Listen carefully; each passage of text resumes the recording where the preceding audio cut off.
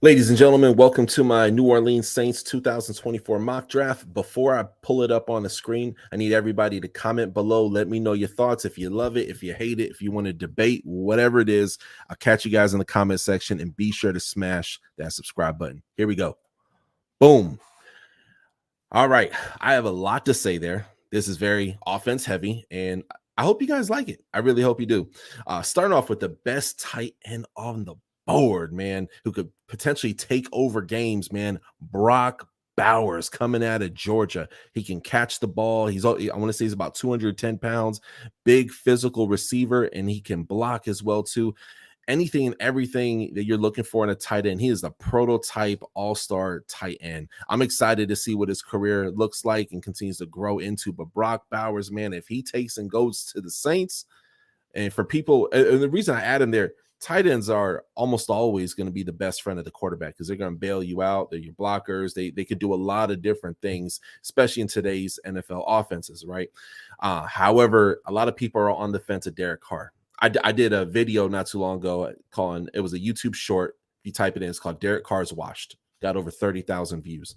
I like Derek Carr, but he has some games he does well. And after those games, Saints fans will come in my comment section and say, "Oh, see, I bet you feel dumb now." And then he plays like trash, and Saints fans will come in my comment section. It's like, "Man, you were spot on, Doug." So look, as y'all can take and see, I do have a quarterback on this board, and we're going to work our way down. I'm going to explain why I chose everybody I chose. But let's continue. Brock Bowers will be someone who's going to be able to bail out Derek Carr because you guys know you have him for a few more years. Then I have offensive guard at Donovan Jackson taking and coming out of Ohio State. Guys, you cannot go wrong with an Ohio State offensive lineman, man. And Donovan is a baller, man. They have a great run game over there. They have great pass protection. The quarterback is definitely not a mobile guy, so he's more of a passer. And a guy like Donovan Jackson, who's back there protecting the quarterback, that's a guy you want on your team, okay? Then moving on, we have Roger Rosengarten coming out of Washington. Washington had one of the best O-lines in all of college football. The national championship game is literally in 24 hours from the time that I'm recording this, January 6th right now. And I love this guy, dude. I'm excited to see what his pro day looks like. He could potentially be someone to get selected in the second round, too. I mean, if he has a good pro day and all that good stuff, Roger is that guy. Moving on to receivers, Taj Washington. A lot of people, they have mixed feelings on Chris Olave. I like Chris Olave. He's a young guy and he's developing. He's a young guy and he is developing.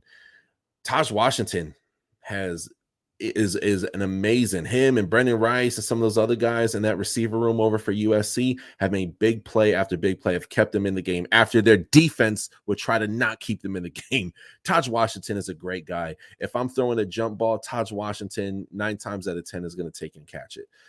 He's that guy. He's elusive and he's a yak machine as well too. Gets great separation between him and the cornerback or defensive back. Then moving on to Evan Anderson out of Florida Atlantic University. Shout out to the Owls. Evan has a nickname, y'all. His name is Clamps. He's defensive tackle. And it's almost as if I like to think of like a Marvel superhero type of movie, but he's the villain in it. And when his superpowers, when he puts his hands on you, it's like you just can't move, man. You just fall to the ground. He's dope. They call him Clamps for a reason. Check out his Instagram page. Watch the highlights. Evan is that guy. His teammates seem to love him, man. Great energy. But he is amazing on that field, man. So Evan is a guy. A lot of mock drafts have him going day 3. I think when the combine happens, he could even be a late day 2 pick. But tons of draft value. I mean, that Evan needs to be talked about as one of the best D tackles in this year's NFL draft. Moving on to Jason Bean, quarterback, man. I love Jason Bean, man. I'm a Jason Bean fan. I'm going to try to get him on the show. If you guys know and follow the show, I do live exclusive interviews for NFL draft prospects on this show. Jason Bean is a guy who he is going to open up the field. I love him in play action. Man. He creates plays, has a great deep ball. His accuracy's gotten better, a lot better. I've noticed a big change in his game. And that's a guy who, here's the thing. you guys are stuck with Derek Carr for now, okay? But here's the thing: his contract is going to end in a few years, right? I want to correct me if I'm wrong. I want to say he has 2 more years after this year. I could be wrong. I think it's 2 more years. You want to have a healthy quarterback competition, and if something happens, Derek Carr, like injuries happen all the time with older players, quarterback or not, it's good to have a young guy who's ready to take and change things up. Now, Jason Bean does not play like Derek Carr. He's mobile. Okay, but he also can take over games and not run the ball once with his feet and literally throw the ball 30 times and get lots and lots of touchdowns. I like the offensive weapons, and if you have Brock Bowers there, you have Taj Washington, Chris Olave, Kendre Miller, I like to see him have a bigger role. Fan of the show. I've had him on here before too. You have those guys, Alvin Kamara, dude. It's going to go down, man. Like, this offense could potentially be one of the best in the NFL, and we could definitely see the Saints in the playoffs next year, even if they stay with Derek Carr. So anyway, that's my mock draft, guys. Comment below. Let me feel your hatred, because I know a lot of people, they love these or they hate them. There's not much in between, okay? I said some stuff about Derek Carr. I like Derek Carr. I'm not attacking his personal character.